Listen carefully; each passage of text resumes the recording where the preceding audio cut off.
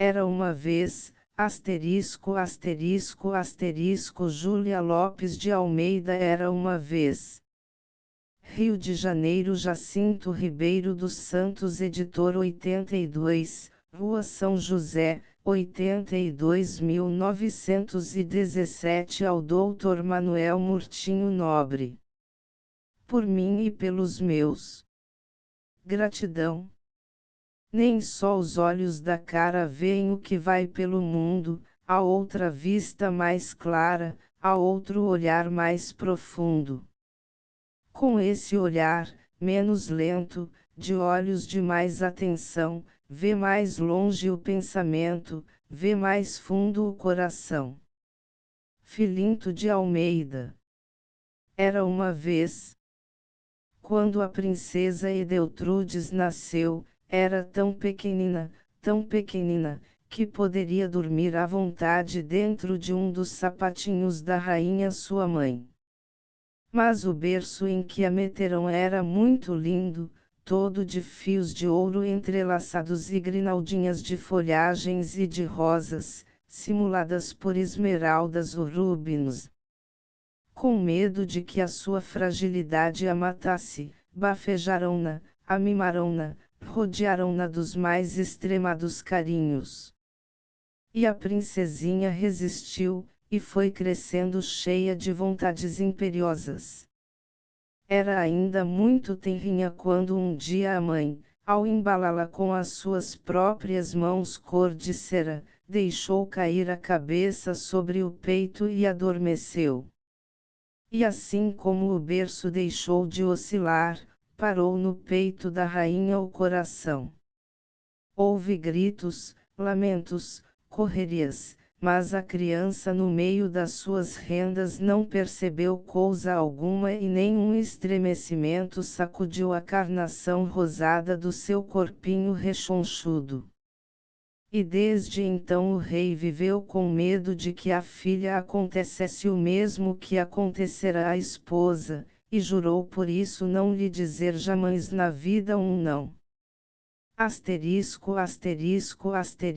Quando Edeltrudes começou a falar e a distinguir o que a rodeava, todos que via eram seus servos.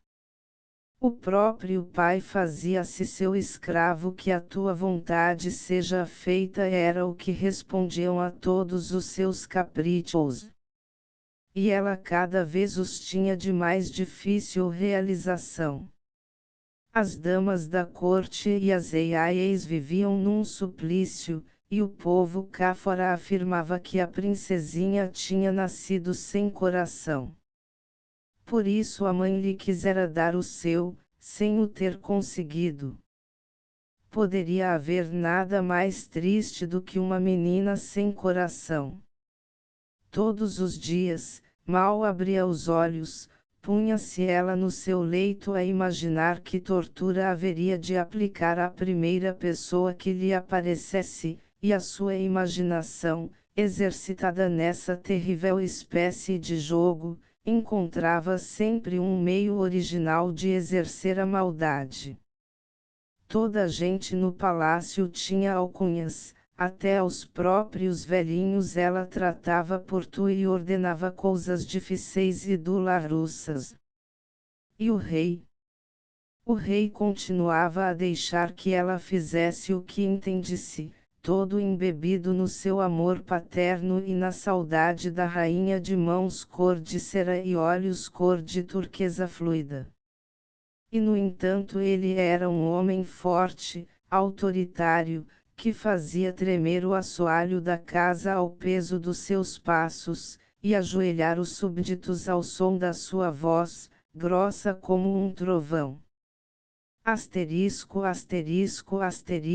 proporção que se fazia mulher e a princesa, compreendendo que a atmosfera que a envolvia era feita de indiferença e desamor. Só no pai encontrava sinceridade. Os outros não lhe queriam bem, porque ninguém pode ter afeição a quem seja, como era a princesa, tão egoísta e tão mau. Quem espalha maldições não pode colher simpatias, quem só produz o mal de quem poderá esperar o bem. Bem compreendia a princesa que a vida não era igual para todos, pois via às vezes dos altos torreões do seu castelo certas mulheres do povo beijarem na rua as crianças, enternecidamente. O beijo seria criado só para o uso da ralé. O próprio pai, quando a abraçava, apenas lhe roçava os lábios pela testa, receando talvez sufocá-la nas ondas argênteas das suas grandes barbas. E a princesa navegava assim na vida, como fora da vida, asterisco, asterisco, asterisco, era já mulher feita e linda, quando uma tarde mandou selar o seu melhor cavalo e saiu a galopar pelas elamidas do parque. A ninguém era permitido acompanhá-la nos seus guiros de loucura, como ela mesma costumava dizer ao pai. Havia na solidão alguma coisa que a atraía, buscava inconscientemente a verdade que os cortesãos não lhe sabiam dizer. Asterisco, asterisco, asterisco, nessa linda tarde cor de violeta, tão distraída estava a princesa que depois de ter saltado valados, pulado cercas, embarafustado por campos lavrados, meteu-se, já cansada, por uma longa estrada margeada de um lado por velhos muros de quintas e do outro por um riozinho sossegado. Uma nuvem cor-de-rosa flutuava num céu que era todo brandura, das moitas das ervinhas rasteiras subia um aroma de flores desconhecidas e da espessura dos pomares irrompeu um canto de ave antes nunca ouvido. Seria o rouxinol. O cavalo da princesa andava agora devagar, como se tivesse também ele entrado na harmonia plácida daquela hora divina. E Edeltrudes deixou que ele a levasse, sem mesmo saber para onde. E assim passou por duas lavadeiras que, de joelhos na areia, cantavam com alegria, batendo panos nas pedras. E a princesa, que não cantava nunca, perguntou de si para si, poder-se-á ser feliz sendo-se pobre. Como de propósito, uma das lavadeiras cantou mais alto, a felicidade da gente está na boa consciência. Mas quem faz caso do que dizem as lavadeiras, quando nas margens dos rios cantam por cantar? Só os poetas, que procuram em todas as vozes da natureza o segredo da vida para o pôr nos seus versos. Já as lavadeiras tinham ficado para trás, quando a princesa topou com um homem cultivando o campo. A enxada subia e descia, revolvendo a terra que cheirava bem. Já de um lado um pouco do terreno, afeiçoado pelo trabalhador, parecia mais bonito, pronto para receber a sementeira. E ela parou um instante a apreciar aquele movimento. Era a poesia do trabalho que lhe entrava pela alma sem que ela mesma a compreendesse. Eram os golpes daquela enxada que convertiam a terra em pão e em flores, o que quer dizer, que é das mãos dos homens rudes e humildes que depende a fartura da humanidade e a beleza do mundo. Mas a princesa não tinha espírito para agradecer àquele lavrador o conforto e o gozo que ele lhe dava. Asterisco, asterisco, asterisco, assim foi indo, até reconhecer num muro baixinho de tijolo uma das partes laterais do asilo dos cegos da cidade. O casarão ficava lá ao fundo, branquejando entre árvores. Do alto do seu cavalo ela observou o jardim, de ruas largas, sem empecilhos, cobertas de areia fina. Sentiu-se logo curiosa de ver como andariam por ali os cegos, ao mesmo tempo que lamentava que, para a gente que não via, gastasse o Estado tanto dinheiro, dando-lhe tão vasta e linda propriedade. Para exercício dos cegos não bastaria um terreno sem flores, nem árvores, nem gramados. Se fosse humanitária, perceberia a princesa que exatamente para cegos se devem cultivar as flores que tinham aroma, as árvores que dão sombra, as relvas que transformam o chão áspero na maciez veludosa dos tapetes. Olhava ainda a princesa para dentro do parque do asilo, quando viu aparecerem 3 cegos ao fundo de uma comprida rua de eucaliptos.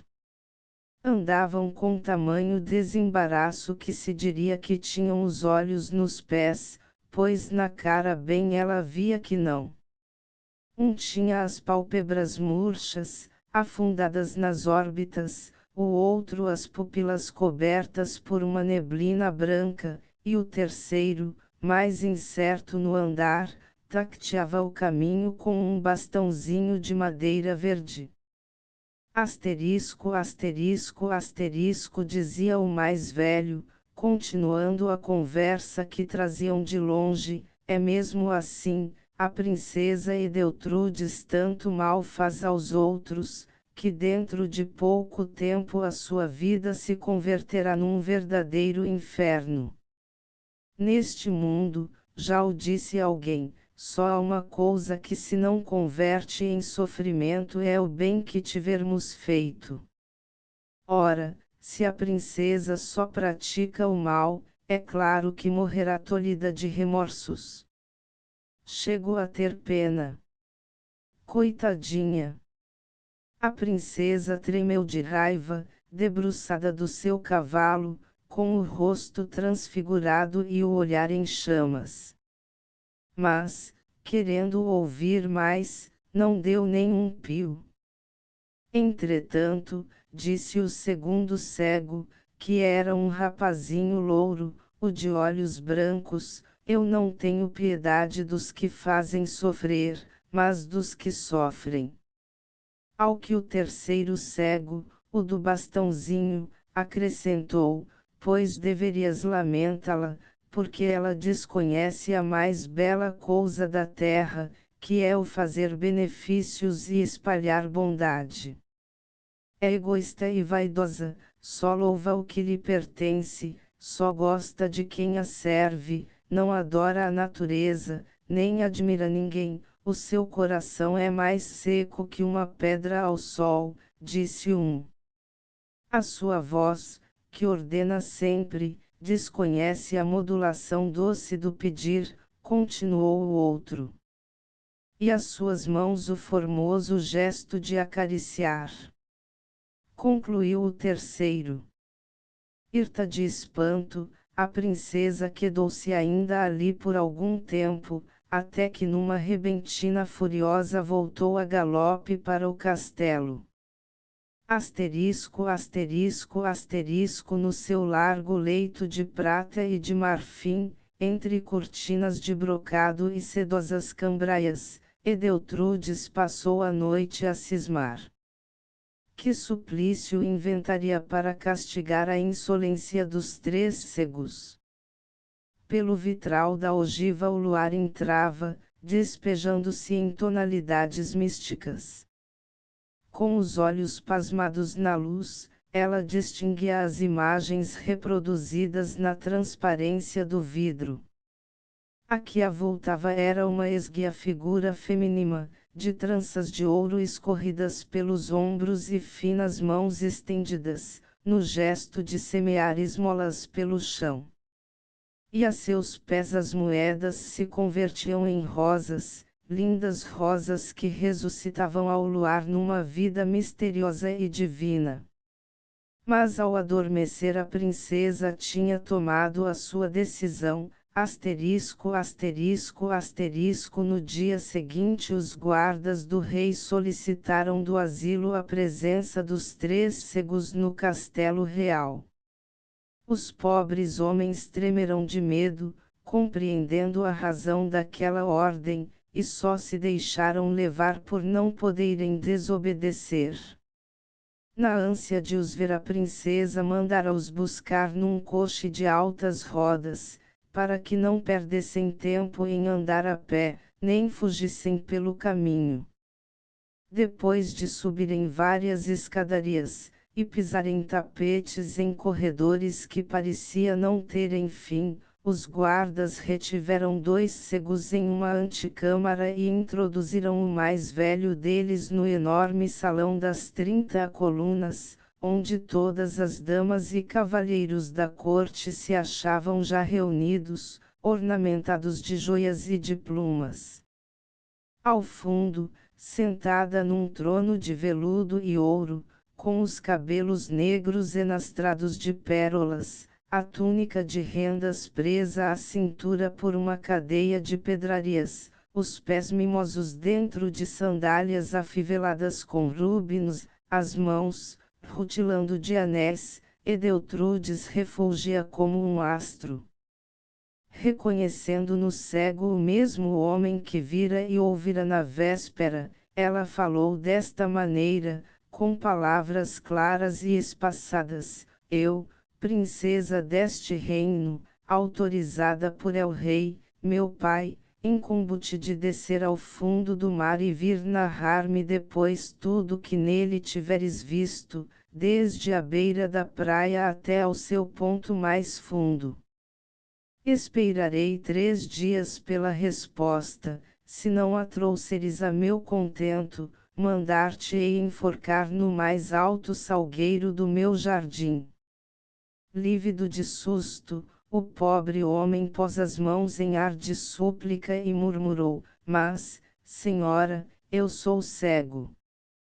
E quem poderá ir ao fundo do mar e voltar dele com vida?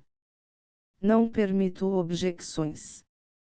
Gritou a princesa, fez o que ordenou, serás enforcado hoje mesmo. O cego foi retirado em braços pelos guardas. Um calafrio de horror percorreu toda a assembleia, mas ninguém ousou balbuciar nem uma só palavra. Entretanto, a princesa sorria. O segundo ceguinho trazia no rosto pálido de adolescente um vislumbre de esperança. A moça contemplou-o demoradamente. Depois disse: eu, princesa deste reino, autorizada por El Rei, meu pai, incumbo-te de viajar pelos espaços e vir contar-me depois, de viva voz, tudo o que tiveres observado com os teus próprios olhos. Dou-te 3 dias para isso. Se não trouxeres uma resposta a meu contento, mandar-te-ei enforcar na mais alta acácia do meu jardim.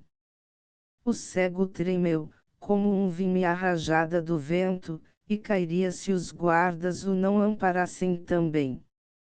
Quando o terceiro cego entrou na sala, a princesa contemplou-o de alto a baixo. Era um moço de ar altivo e corpo esbelto. Que mais desejas tu? Perguntou-lhe a princesa. Ver. Respondeu ele. Pois verás.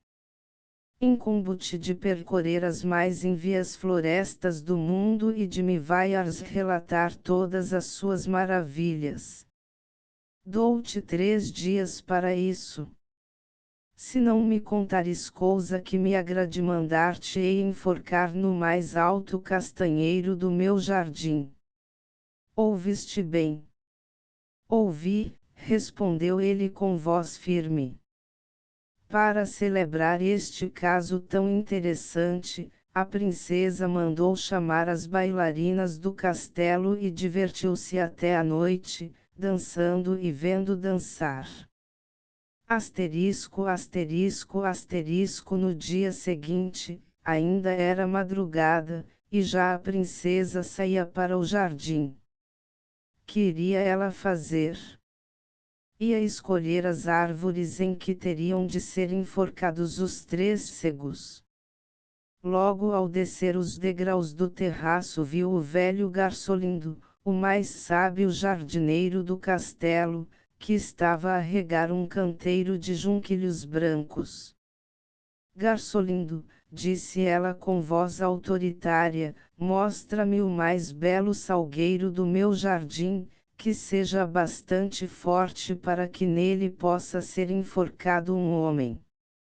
O velho jardineiro sabia de quem se tratava e caiu de joelhos, suplicando de mãos postas: perdoai-lhe, senhora. Para que querereis matar quem da vida só goza a metade? Não bastará para seu castigo não poder ele ver o que nós vemos. A princesa redarguiu severamente: se não queres que te aconteça o mesmo, Garçolindo, leva-me onde eu te disse. O velho jardineiro ergueu-se com um gemido, e caminhou diante dela, chorando baixinho. A sua cabecinha toda branca resplandecia à claridade nascente, como uma flor de luar. E assim andando chegaram até a beira de um lago em que nadavam cisnes. Ali estava a refletir-se em água o maior salgueiro do Parque Real. A princesa olhou. Que estranha expressão de saudade e de melancolia tinha aquela árvore, senhor. Das suas folhas pendentes escorria tristeza. O orvalho que as molhava ainda, fora talvez chorado pelos anjos, naquela noite singular. A essa ideia a princesa fechou os olhos instintivamente, mas, como num espelho, viu a expressão da árvore reproduzida dentro de si mesma. Tornou a abri-los. A árvore ainda lhe apareceu mais amargurada, com as suas grandes restes curvadas para o chão, num desânimo inconsolável. Garçolindo. Por que é esta árvore assim tão melancólica, senhora? Porque ela já sabe o destino que lhe queres dar. Cala-te, jardineiro, e leva-me até onde uma acácia que tenha galhos robustos. Ora, a acácia mais linda do jardim era a que ensombrava o velho pavilhão da defunta rainha. Indiferente à evocação do lugar, na certeza de que vida desaparecida é vida renovada, a árvore resplandecia no ouro das suas flores cheirosas.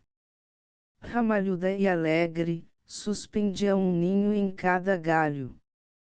Da sua fronde irrompiam cantos, sentia-se na frescura o fremir amoroso de centenas de asas, mas não só asas de pássaros, como também de abelhas zumbidoras, que, luzindo ao sol, colhiam o mel das suas flores rutilantes. Desde as raízes estendidas na terra até a mais alta folhinha a desenhar no ar, a árvore fecunda falava em vida, esperança, maternidade. A princesa, tocada por aquela expressão jubilosa, voltou-se para o jardineiro e perguntou: Garçolindo, por que é esta árvore assim tão alegre? Senhora, porque ela ainda ignora o destino que lhe queres dar. Cala-te, jardineiro, e leva-me até onde o mais alto castanheiro do meu jardim. Já o sol ia quente e o céu, todo azul, não tinha fundo. Tiveram de subir a pé a colina das degoladas, atapetada de anêmonas e de cardos mansos. Fora naquele sítio que o avô mandara degolar duas servas, por intrigas de amor. Dizia a lenda do castelo, onde as próprias pedras porejavam contos, que desde então quem andasse por ali alta noite ouviria cantar plangentemente as anêmonas roxas ao luar. Chegando ao topo da colina a princesa parou estupefacta. Oh! A beleza do grande castanheiro! Que placidez a sua! Olhando-lhe para o tronco cheio de rugas e nodosidades e para as ramas severas, de um verde sombrio e doce. Ela percebeu que ainda mais do que as outras duas árvores, esta tinha uma linguagem compreensível e cheia de pensamento. Olha-me e verás que ao pé de mim se extingue o sofrimento. Nasci para abençoar.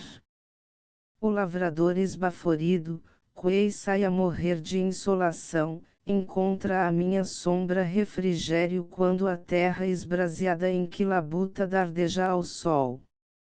Simbolizo a doçura e a clemência, sou a cidade dos pássaros e o telhado dos mendigos errantes que os teus mordomos enxotam da tua porta e veem chorar sobre as minhas raízes. É preciso conhecer-se o sabor das lágrimas para se perceber o valor da alegria. Eu quanto mais penetro na amargura da terra, mais me inebrio na beleza do espaço e no fulgor dos astros. Asterisco, asterisco, asterisco, asterisco, asterisco, asterisco, asterisco, asterisco. A princesa não entendeu completamente a linguagem das árvores, mas ficou por alguns instantes meditativa. Asterisco, asterisco, asterisco. Já 3 coches esculturados, seguidos por cavaleiros reluzentes, tinham ido buscar os cegos do asilo. Pelas escadarias do paço, guardas de perucas brancas, suspendiam nas lanças de ouro as 3 grandes plumas amarelas do emblema real.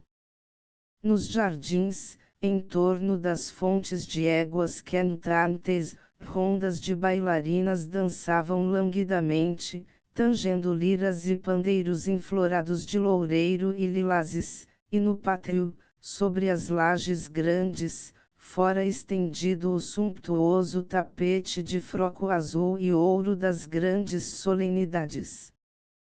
Toda a corte, exceto o rei e seus ministros, estava reunida no imenso salão da Porta de Marfim, onde se ia ouvir a narração dos cegos. Ao fundo, no trono de brocado branco, a princesa parecia imperturbável.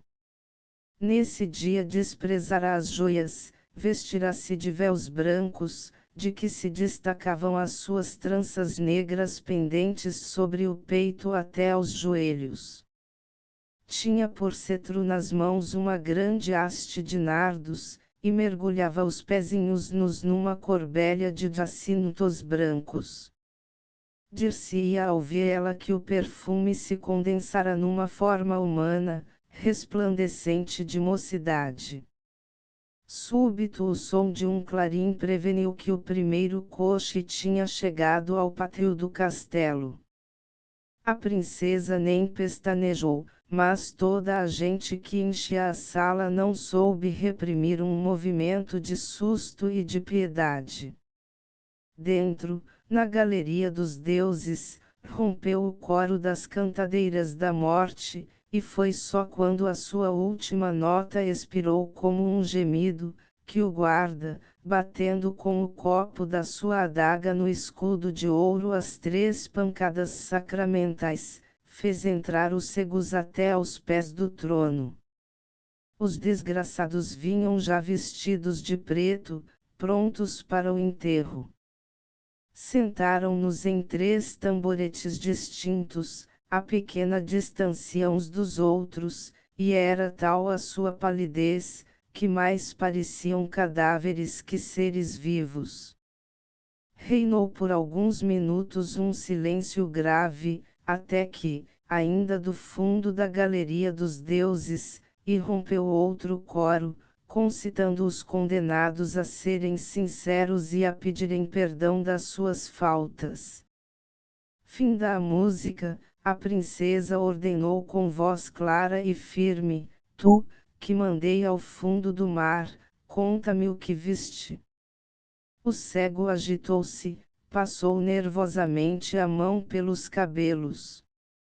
Damas e cavalheiros sussurraram palavras de piedade. Asterisco, asterisco, asterisco. Fui da orla da praia até a vastidão do oceano sem limites visíveis, onde o céu parece mais vasto e onde as águas são mais profundas e misteriosas. Nenhum corte de asa perturbava no ar a solenidade do silêncio e do vácuo, nem a vela do mais pequeno barco punha sobre a onda a nota viva de um pensamento humano. Era o nada terrível e augusto, na sua grandeza desesperadora. Entre o céu e o mar alto, sentia-me fora do mundo, na perplexidade de estar ou não fruindo uma outra existência. A grande maravilha nessa infinita planície de águas profundas é toda feita pela luz dos astros, que do alto a namoram e lhe alteram o sentimento. O levantar e o pôr do sol são solenidades sagradas para as ondas, e nada as duma e fascina como as esteiras do luar sobre os seus dorsos irritados. O ar livre, leve, enche-se então de segredos, falas de estrelas, vozes de mundos ignotos, que os nossos ouvidos imperfeitos não entendem, mas que o nosso instinto adivinha. A princesa atalhou, impaciente: não quero saber o que é o mar visto de fora, mas o que lhe observaste no fundo. E o cego prosseguiu, enxugando um suor de aflição: o fundo do mar é variado. Por vezes tenebroso, por vezes lindo.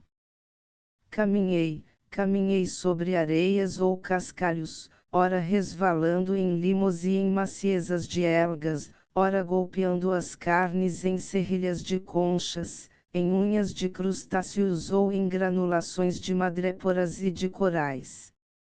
De trechos sombrios descia às vezes a poços de treva espessa, onde a água era mais fria e o silêncio mais lúgubre. Mas eu andava sempre, nada me intimidava. Topei assim com várias grutas de rochas sobrepostas, por cujos interstícios luziam como redarno das lâmpadas elétricas, os olhos de monstros sedentários, de formas extraordinárias e pele mole, cor de aço ou cor de ardósia. Andando sobre patas, como quadrúpedes terrestres, passaram por mim nas mais profundas regiões do oceano feras de corpo imenso e cabeça trombuda, em que mal se lhes percebiam os olhitos enevoados. Outros animais havia sem olhos, de bocas descomunais, com chifres no alto do dorso ou na cabeça, uns do feitio de saipos, outros do feitio de flores. E eu não tinha medo, e andava sempre. Dir-se-ia que a graça divina me revestia todo de uma armadura olímpica que me tornava invulnerável. A própria escuridão do fundo do mar era varda pelos meus olhos, como se eles comparticipassem da mesma natureza da dos seus habitantes.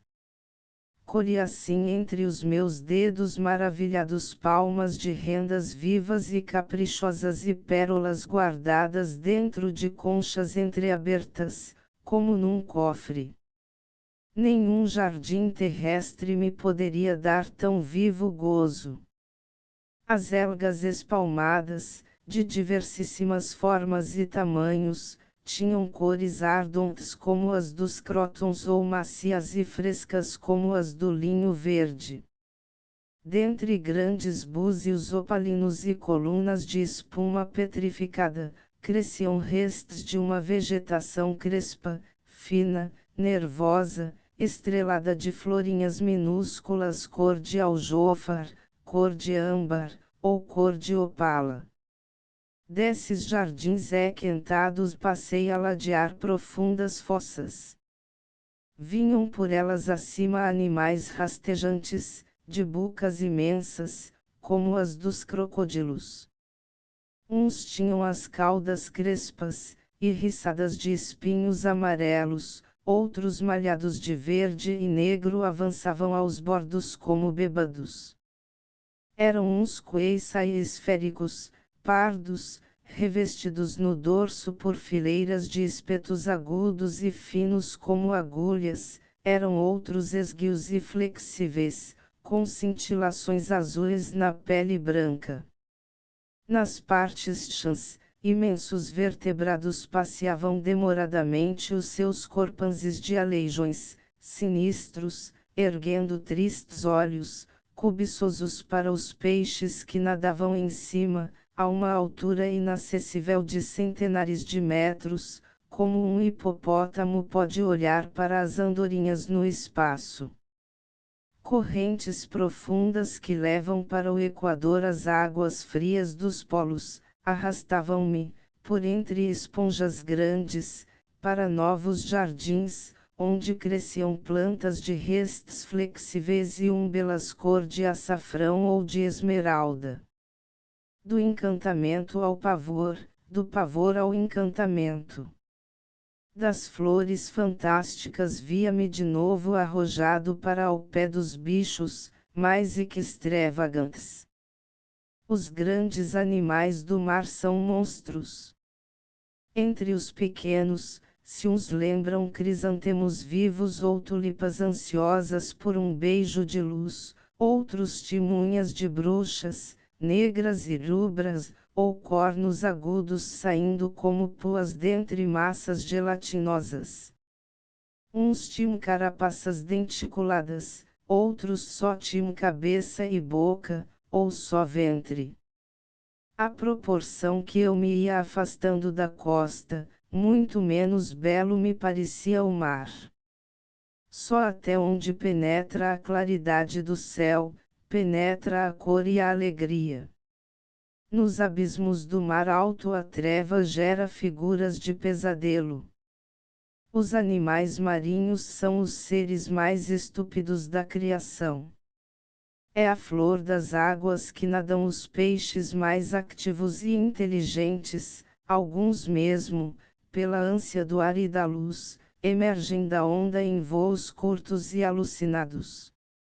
A própria baleia gigantesca gosta de aspirar o ar livre em um fôlego largo.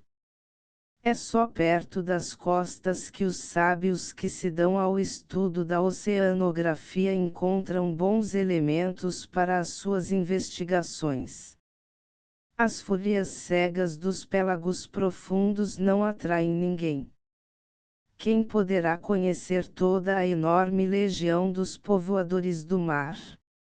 Nem mesmo a conheceu o imperador Vitellius, que viu à sua frente, num banquete, 2.000 iguarias de peixes e 7.000 de aves finas. Com mais alguns imperadores dessa lavra o mundo teria sido exterminado, e até mesmo as cavernas do mar profundo tais glutões teriam ido buscar os animais de carne fosforescente e indigesta para entreterem a sua fome. Mas essa região soturna, é a única ainda vedada ao exterminador. O sabor que possam ter os seus animais, não será jamais apreciado pelo exigente paladar de imperador algum. Podem assim os monstros marinhos proliferar em paz, sem de leve suspeitarem que mundo irradiante, buliçoso e perverso vive acima deles sob o clarão das estrelas. Basta, atalhou a princesa. Só me falas em bichos de má catadura, e eu quero ouvir alguma coisa das sereias, das ondinas e desse velho majestoso, de longas, barbas e fronte coroada de pérolas e de corais, que se chama Neptuno. Deuses, ondinas, só povoam os mares da literatura. Acreditai, senhora, que a harmonia perfeita dos corpos das Venus e dos deuses marinhos, só pode ter nascido da imaginação dos poetas. A mitologia foi o poema de um povo embevecido pelos asplenders da natureza. Cada um desses asplenders ele o encarnou em uma figura olímpica, mas feita à sua semelhança. Procurá-los em vão no fundo frio das águas, onde todos os seres timam um feitio extravagante e, para nós, inédito. De lendas, de histórias e do passado só alguns despojos de naufrágios acordaram no meu espírito a lembrança de navegantes remotos, descobridores audazes, desaparecidos na vertigem dos ventos e dos séculos, no fim, que depreendeste de tudo que viste no fundo do mar, que a vida é o amor, real Senhora. Como assim? Então, esses feios bichos inconscientes, amam. Amam e só matam quando atormentados pela fome, e mesmo assim, aos animais de outra espécie, obedecem à lei da natureza. Só o homem guerreia o homem. Porque o homem é o animal de instintos mais imperfeitos da criação. A princesa ficou por instantes pensativa. Uma leve sombra se lhe estendia sobre o rosto lindo. De repente, voltando-se para outro cego, disse com a voz ligeiramente trêmula: agora tu. Um guarda avisou o cego interpelado, batendo-lhe num ombro com o copo da sua adaga. Asterisco, asterisco, asterisco, ordenaste-me, Senhora, que eu viajasse pelo espaço infinito e vos viesse dizer dentro de 3 dias o que tivesse visto.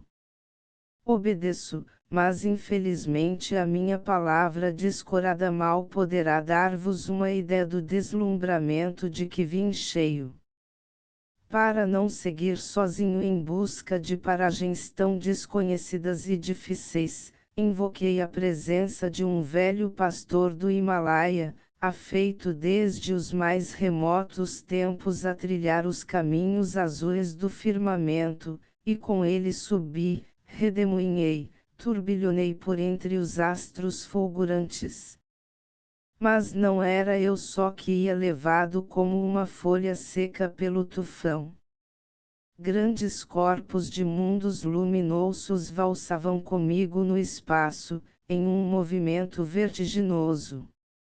E eu queria em vão entreabrir a boca, para uma pergunta que o meu ser transformado nem podia formular, nem portanto exprimir. Toda a minha alma se condensava em uma só faculdade, a do deslumbramento. Invulnerável, segui por entre a chuva de estrelas cadentes que zebravam de ouro o campo celeste. Assim, de espanto em espanto, fui de planeta em planeta. Outros astrônomos mais sábios tomaram-me das mãos do velho pastor do Himalaia, e, com uma precisão absoluta, ensinaram-me as distâncias, o peso e a posição de todos esses corpos luminosos e soltos no ar como poeira d'ouro.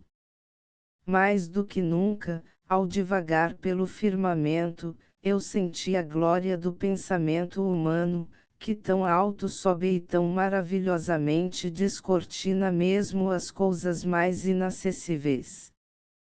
Eu me embevecia no delírio de sensações inexprimíveis, era um ser alado trespassado por todas as tintas diluídas em ondas translúcidas no universo. Tendo emergido do lençol aquoso das nuvens, já completamente livre da atmosfera que envolve o globo terrestre, eu subia em guiros de valsa, em espirais de sonho, ora a órbita de um, ora a de outro astro.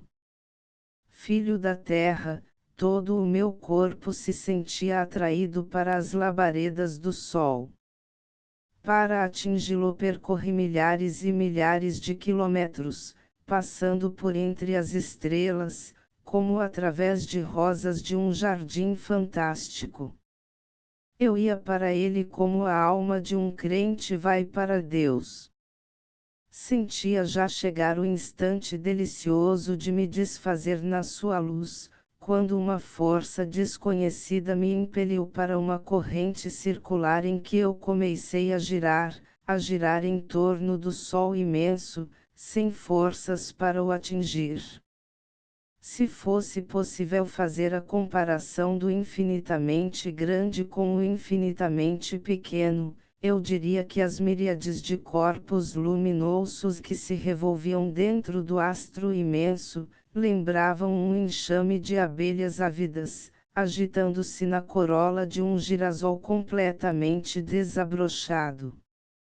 Ó, a luz bendita, que dá vida aos mundos e glória ao céu, como o seu esplendor inundou a minha alma de êxtase e de alegria para sempre. E os meus olhos suportavam a intensidade do calor e do clarão espantoso, à proporção que eu varava em segundos milhares de léguas, envolvido em raios de todas as cores, na ânsia insaciável de tudo ver, para tudo vos contar, Senhora. A fantástica velocidade dos astros enche de música todo o universo.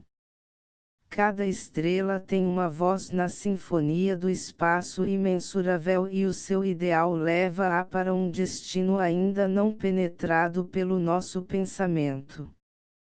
Talvez o do amor, porque no espaço como na terra, há em tudo o mesmo frémito de paixão. São namorados do Sol os planetas que lhe giram em torno. A Via Láctea é um fervilhamento de corações estáticos e virginais, onde o amor se cristalizou em rutilações iriadas. Que é o nosso planeta visto do Sol. Um pequenino ponto flamejante. Um coração a arder. Que é a Lua. Um coração de viúva, onde a saudade imensa não esmorece. Em tudo o amor, sempre o amor. De Mercúrio a Vênus, de Vênus à Terra, que doce e linda viagem eu fiz. Eu ouvia dos mundos esparsos vozes inesquecíveis e piedosas, num eflúvio incomparável, que me entravam pelos ouvidos como vozes humanas. A princesa estava lívida de espanto e foi com esforço que, movendo os lábios, perguntou: e que diziam essas vozes? Dais, volta à terra e ensina aos homens a serem bons. Tu és humilde, e é pela boca dos humildes que saem as verdades. Sê clemente e apregoa a clemência, sê justo e exerce a justiça. E quando vaias alguém transviado do seu caminho, tu que és cego dá-lhe a mão e dás por aqui, e leva-o a salvamento. Dá a mão aos videntes, seguem o triste, e ensina-lhes o trilho da bondade e da compaixão, que é por esse trilho que se chega à felicidade e a Deus. Basta! Exclamou a princesa, tentando disfarçar um sentimento que a agitava. Depois, voltando-se para o terceiro cego, disse com voz já quebrada: agora tu. E o cego levantou-se, muito pálido, e começou: entrei pela floresta com o passo tímido e o coração medroso. Nada atrai e aterra ao mesmo tempo o homem como o desconhecido. Logo, porém, a minha pele fatigada de calor, ressequida pela aragem salitrosa da beira-mar, se sentiu adoçada e refrescada pela sombra das grandes árvores benignas. A claridade do dia traspassando a sua umbela verde diluía-se numa luz esmeraldina e repousante para as minhas pupilas abrasadas. Todo o ambiente me envolvia numa carícia de suprema consolação. Senti que a alma da floresta se abria para receber-me, e já todo absorvido pela sua grandeza e a sua poesia, ajoelhei-me devotamente e beijei a terra fecunda, criadora de tantas maravilhas. Nenhuma palavra escrita ou falada me tinha feito jamais compreender a grande verdade que a natureza da mata enorme e inculta me ensinava. Ali, cada árvore era um poema, cada ninho um exemplo de meiguice, cada colmeia um exemplo de trabalho e cada flor um emblema de graça e de fantasia. Das nervuras e das raízes das plantas estendidas no chão, dos braços das lianas erguidas em múltiplas sanefas até ao mais alto arvoredo, das corolas das flores desabrochadas, desprendia-se um aroma sadio, sincero, um aroma vivo que os jardins cultivados não sabem exprimir. A minha língua é fraca para descrever o mundo de sensações elevadas que o interior da floresta acordou no meu espírito. Percebi pela primeira vez em minha vida que as árvores falam. O nosso ouvido imperfeito não apreende tudo o que elas dizem, mas adivinha que a sua linguagem é sempre eloquente, generosa e fecunda de ensinamento. A princesa estremeceu, lembrando-se do que sentira na véspera em frente das árvores do seu jardim. Seria então verdade? E as feras? Perguntou, dilatando as narinas e cerrando os olhos, no antegozo de descrições cruéis e emocionantes. As próprias feras tinham dentro desse mundo selvático que é o seu, uma expressão de nobreza, que me causou mais admiração do que terror. Sem fome, e livres da perseguição com que os homens as atormentam, elas tinham atitudes plácidas e olhares em que transparece qualquer coisa de profundo e de meditativo, onde não chega o caçador, está a tranquilidade.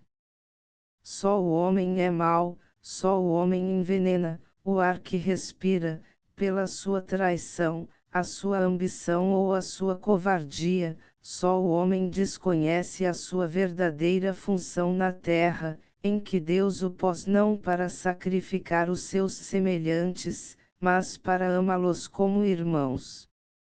Eu ouvi as vozes das águas em cascatas prodigiosas ou em regatos humildes. Eu ouvi as vozes do vento cantando ou uivando na espessura das selvas, eu ouvi o estrondar dos trovões, reboando pelas quebradas das serras, ouvi o urrar das feras, o bramir das enxurradas, o silvar das serpentes, o ramalhar das frondes, o gorjear dos pássaros. E em todas essas vozes dispersas e harmônicas descobri sempre o mesmo sentido de criação e de amor. Asterisco, asterisco, asterisco, houve um sussurro pela sala. As senhoras levaram aos olhos os seus lencinhos de rendas, os homens encobriam os rostos perturbados com as abás dos chapéus emplumados que sustinham nas mãos. É que se ouviram lá fora os toques dos clarins da guarda, anunciando a próxima execução dos condenados e logo após entraram 3 homens na sala, com máscaras e roupagens amarelas e umas voltas de cordas suspensas dos cinturões de metal. Outro sussurro mais dorido percorreu a sala como um lamento. A própria princesa deixou cair das mãos geladas a sua doce e longa haste de nardos. Os clarins repetiram lá fora o canto da morte, mas a princesa fez aos carrascos um gesto, ordenando que esperassem, e voltando-se para os cegos perguntou ainda com voz estrangulada e olhar inquieto: respondei com verdade a esta pergunta. Como pudestes ver tudo isso, vós que sois cegos? Todos tremerão. Algumas damas desmaiarão. Que iriam dizer os infelizes? Asterisco, asterisco, asterisco. O mais velho e mais pálido dos cegos levantou-se e respondeu: Senhora, quando o primeiro homem abriu para a luz o primeiro olhar interrogativo, sentiu-se arrastar por uma fada invisível e de tão forte prestígio, que ora o alçava às regiões sidéreas, ora o mergulhava na onda pavorosa, ou o embrenhava nas matas virgens a descortinar segredos nunca antes violados. Desde esse instante, eterno companheiro da humanidade, esse ser acode às suas invocações ou o leva sem cansaço a viajar pelo infinito. Língua não a tem, e fala todos os idiomas. Os seus dedos invisíveis dirigem as mãos dos poetas e logo tumultuam no papel chinas do próprio inferno ou do próprio paraíso.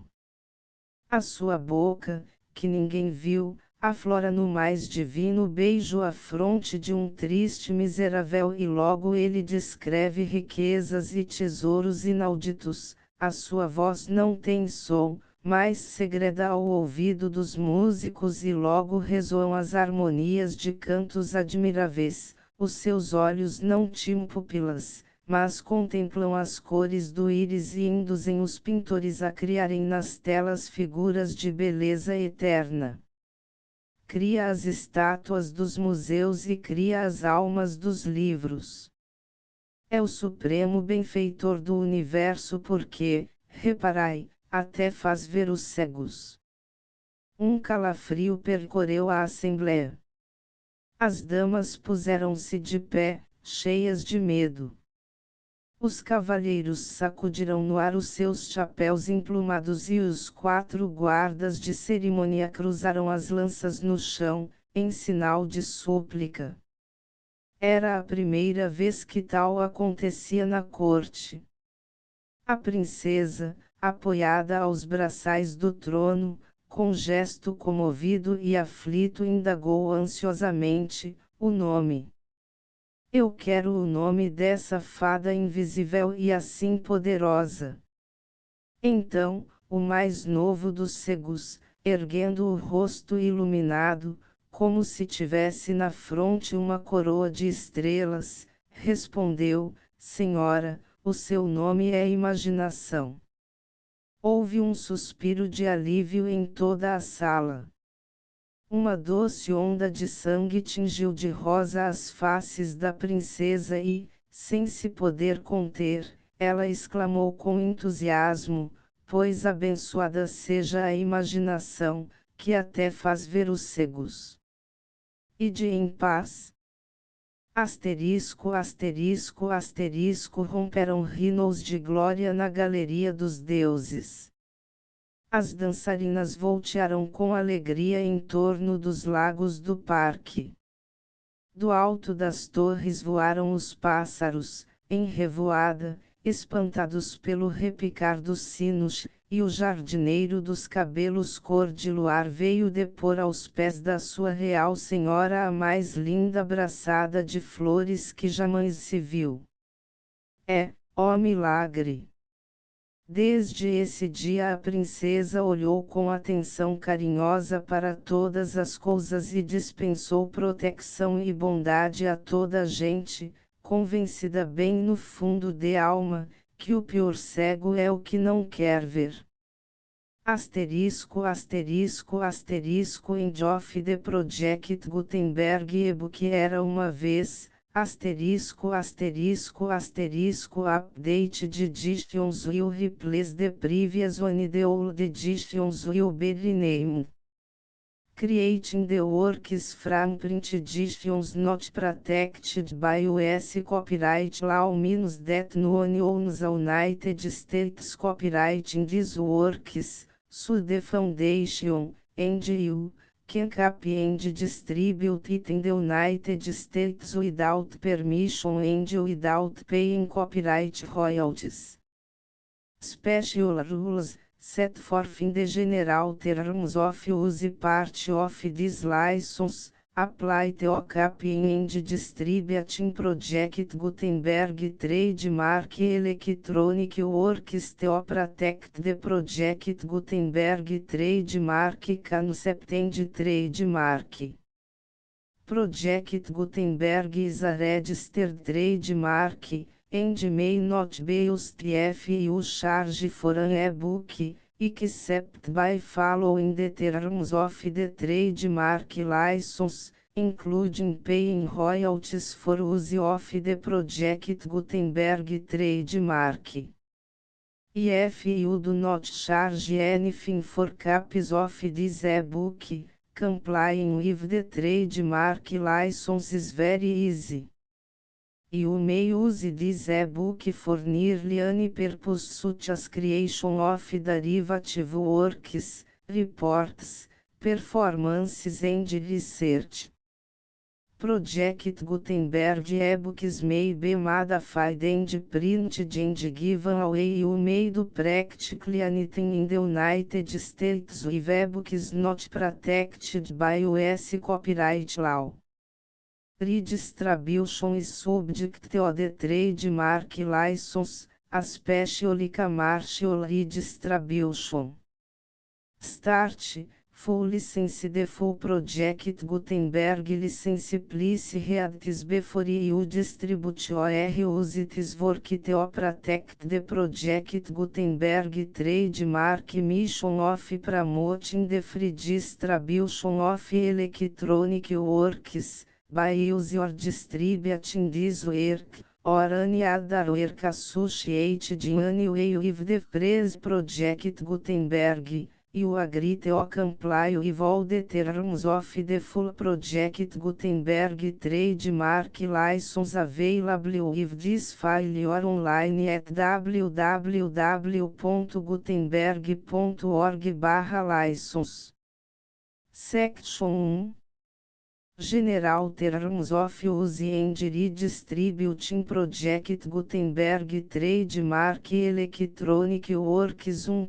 By reading or use any part of this Project Gutenberg Trademark Electronic Work, you indicate that you have read, understand, agree to and accept all the terms of this license and intellectual property, trademark/copyright, agreement.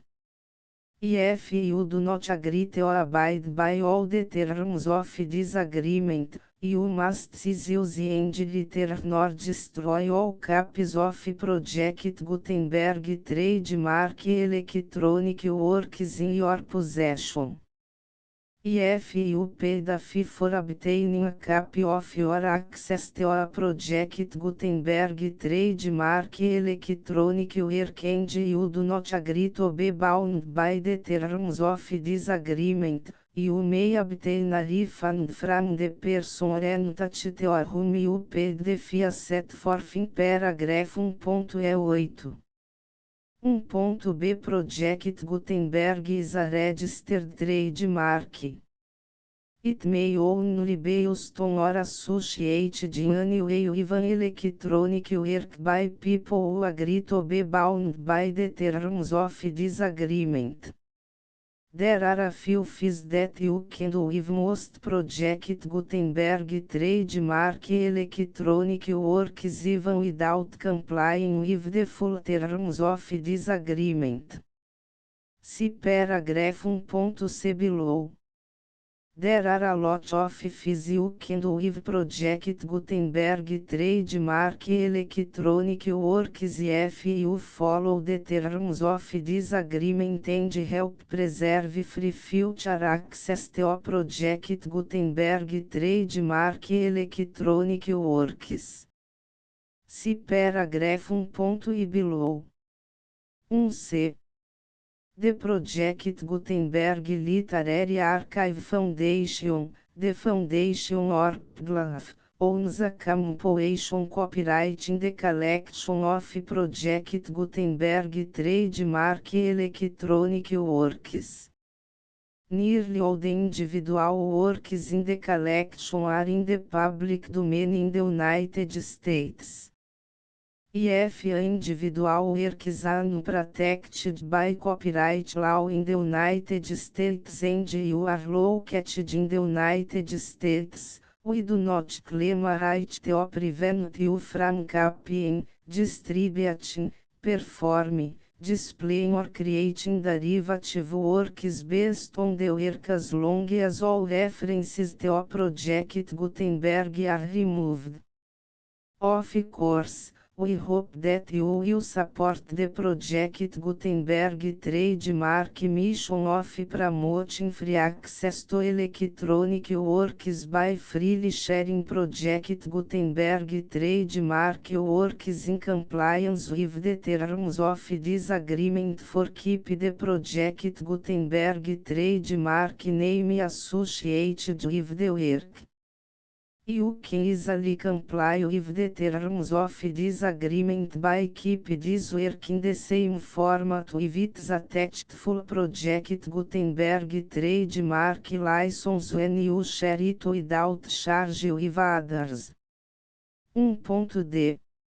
The copyright laws of the place where you are located also govern what you can do with this work. Copyright laws in most countries are in a constant state of change.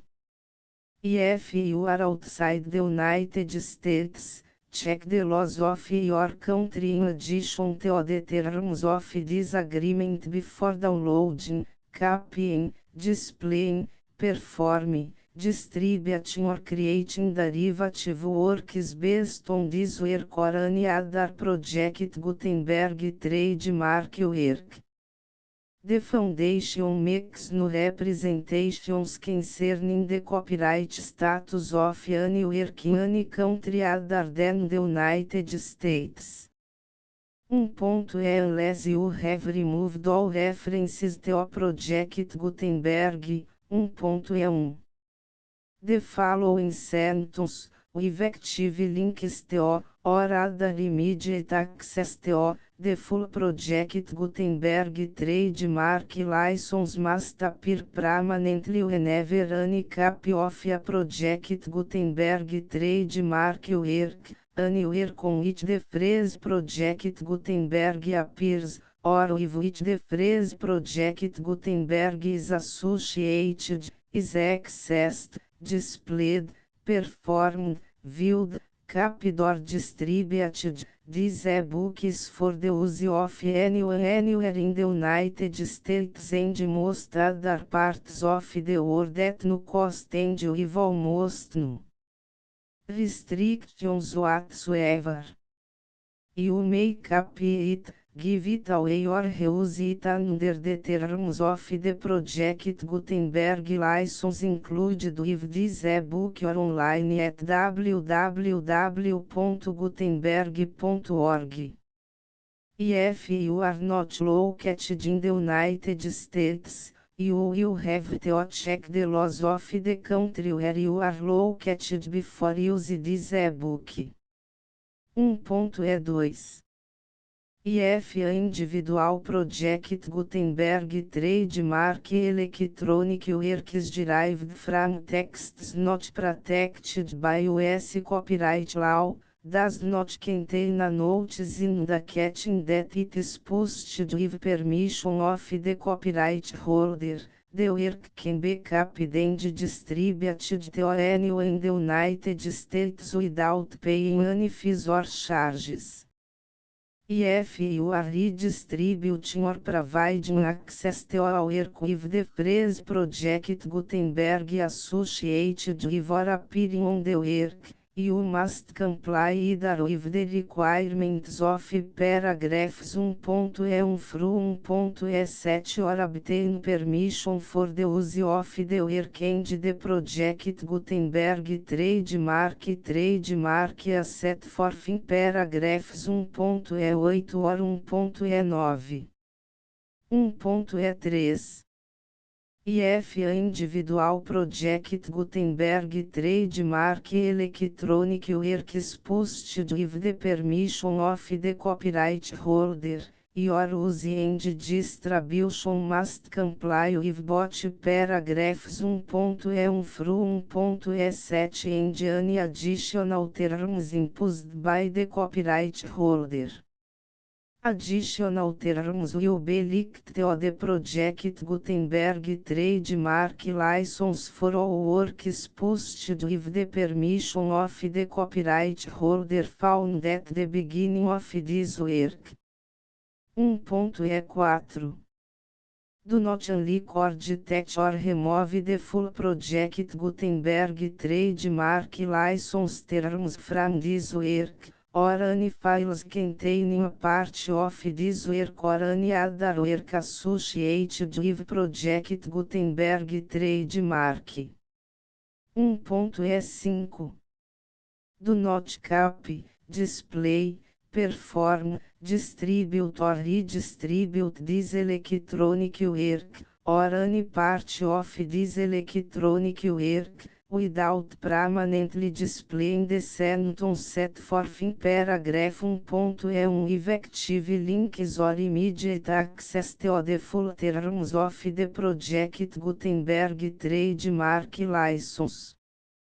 1.E6 You may convert to and distribute this work in any binary, compressed, marked up, non-proprietary or proprietary form, including any word processing or hypertext form. However, if you provide access to or distribute copies of a project Gutenberg trademark work in a format other than plain vanilla ASCII or other format used in the official version posted on the official project Gutenberg trademark website, www.gutenberg.org fecha parênteses you must, at no additional cost, for expense to the user, provide a copy, a means of exporting a copy, or a means of obtaining a copy upon request,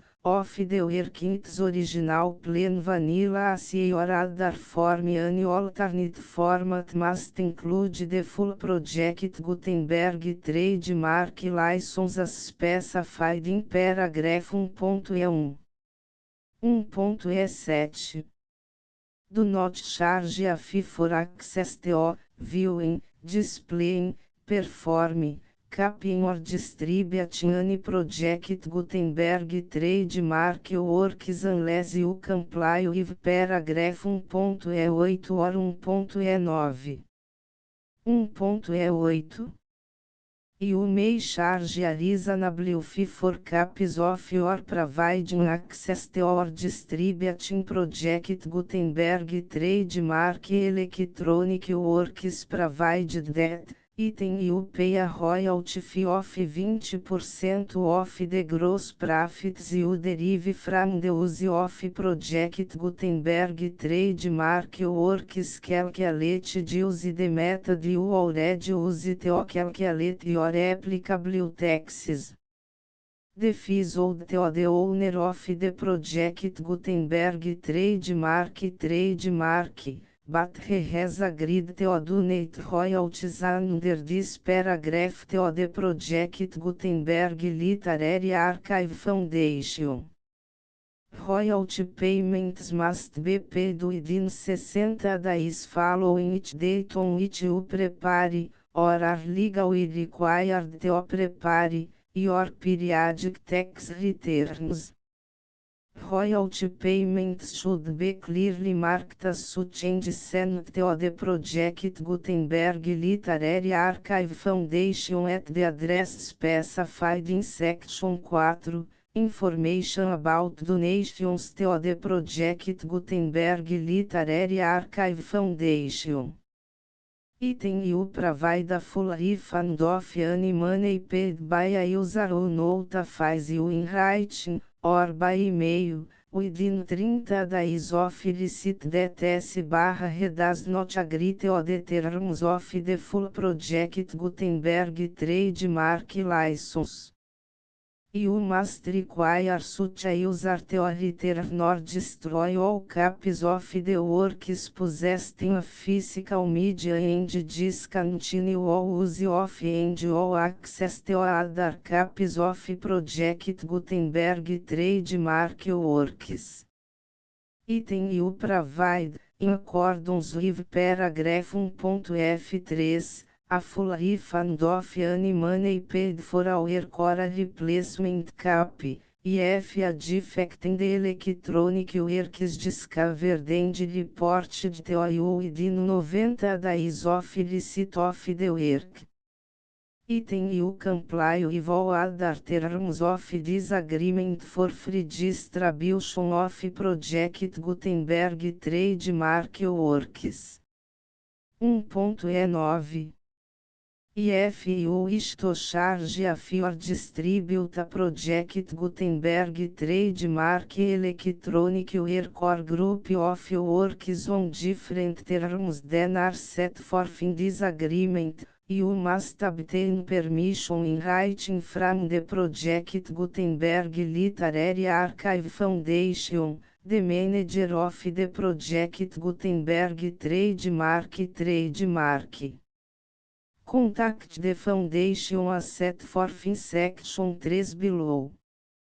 1.F1.F1 Project Gutenberg volunteers and employees expend considerable effort to identify, do copyright research on, transcribe and proofread works not protected by US copyright law in creating the Project Gutenberg Trademark Collection.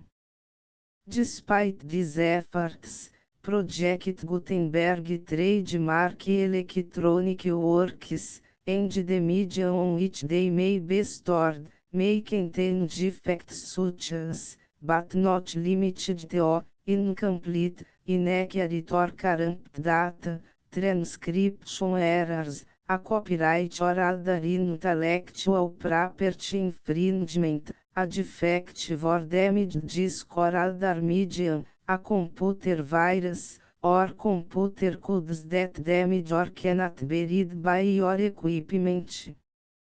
1.F2 Limited warranty, disclaimer of damages, except for the right of replacement or refund described in paragraph 1.F3, the Project Gutenberg Literary Archive Foundation, the owner of the Project Gutenberg Trademark, and any other party distributing a Project Gutenberg Trademark Electronic Work under this agreement, disclaim all liability to you for damages, costs and expenses, including legal fees.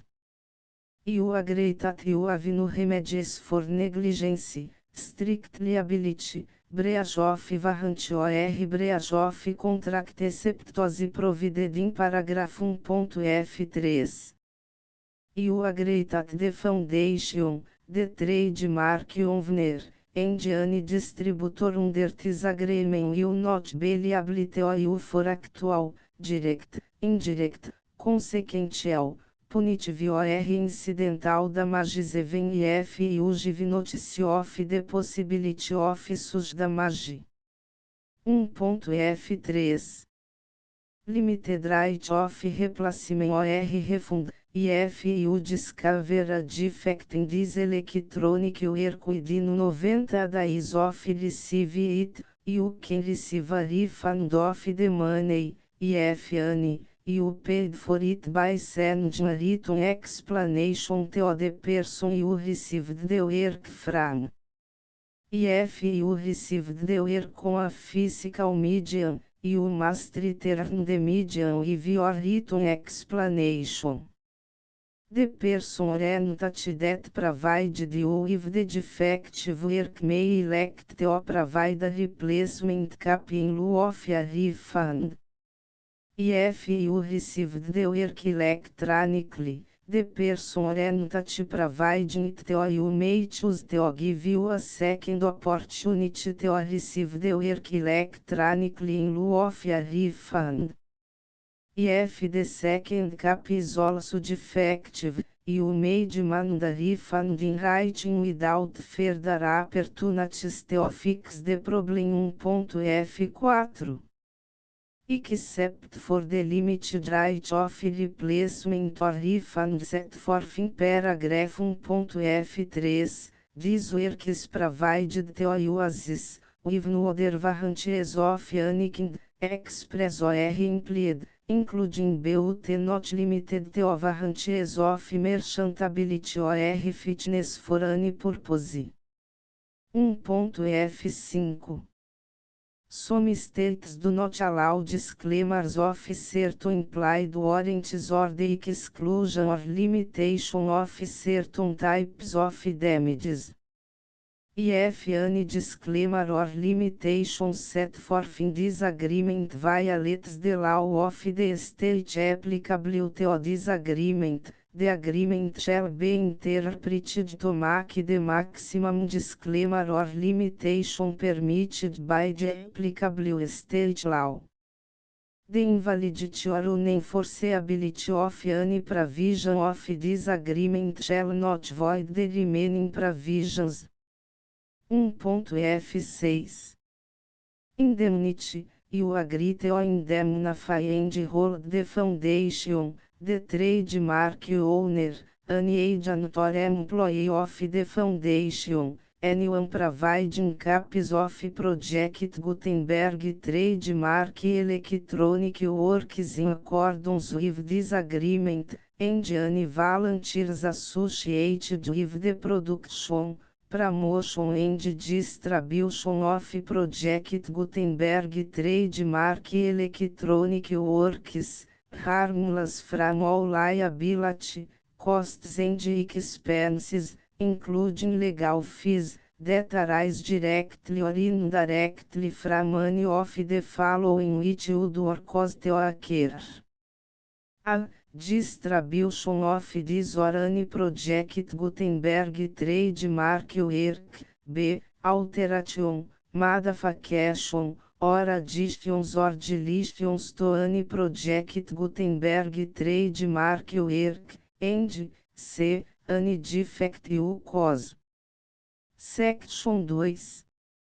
Information about the mission of Project Gutenberg trademark. Project Gutenberg trademark is synonymous with the free distribution of electronic works in formats readable by the widest variety of computers, including obsolete, old, middle-aged and new computers. It exists because of the efforts of hundreds of volunteers and donations from people in all walks of life. Volunteers and financial support to provide volunteers with the assistance they need are critical to reach Project Gutenberg trademark goals and ensuring that the Project Gutenberg trademark collection will remain freely available for generations to come. Em 2001, the Project Gutenberg Literary Archive Foundation was created to provide a secure and permanent future for Project Gutenberg trademark and future generations. To learn more about the Project Gutenberg Literary Archive Foundation and how your efforts and donations can help, see sections 3 and 4 and the Foundation information page at www.gutenberg.org. Section 3. Information about the Project Gutenberg Literary Archive Foundation. The Project Gutenberg Literary Archive Foundation is a non-profit 501(c)(3) educational corporation organized under the laws of the State of Mississippi and granted tax-exempt status by the Internal Revenue Service. The Foundation Senior Federal Tax Identification Number is 64-62215441. Contributions to the Project Gutenberg Literary Archive Foundation are text deductible to the full extent permitted by US federal laws and your state's laws. The Foundation's business office is located at 809 North 1500 West, Salt Lake City, Utah 84116, 8015961887. E-mail contact links and up-to-date contact information can be found at the Foundation's website and official page at www.gutenberg.org/contact section 4. Information about donations to the Project Gutenberg Literary Archive Foundation. Project Gutenberg trademark depends upon and cannot survive without widespread public support and donations to carry out its mission of increasing the number of public domain and licensed works that can be freely distributed in machine-readable form accessible by the widest array of equipment including outdated equipment.